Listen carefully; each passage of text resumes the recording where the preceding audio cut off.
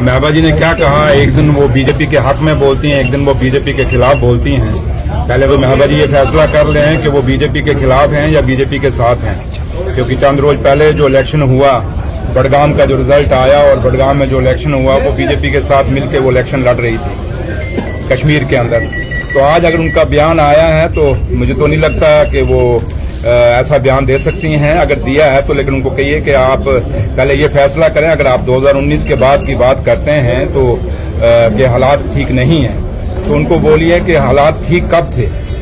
चंद रोज पहले आप कहते थे हालात ठीक हैं, आज कहते हैं हालात ठीक नहीं। तो मुझे इसलिए लगता है कि पीडीपी आज महबा जी की जो पार्टी है वो दुविधा में है, वो फैसला ही नहीं कर पा रही कि हमने जम्मू कश्मीर में कौन सी लकीर खींचनी है।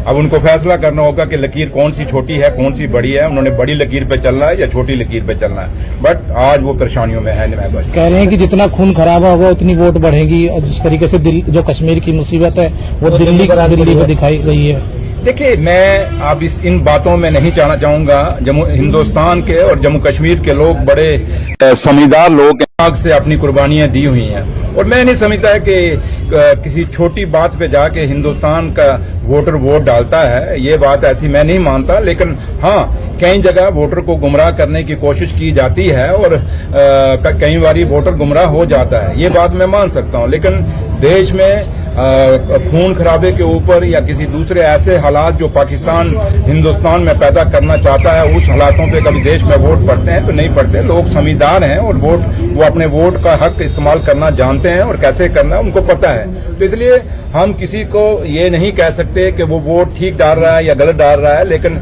जहां तक ताल्लुक है कि जम्मू कश्मीर की एक सच्चाई सामने है पूरे देश के सामने, और आप जो पत्रकार लोग हैं आपको भी पता है कि जम्मू कश्मीर के साथ एक वादा हुआ था जब ये इलेक्शन हुआ, जो हमारा असेंबली इलेक्शन हुआ, ये भी सुप्रीम कोर्ट की डायरेक्शन पे हुआ था।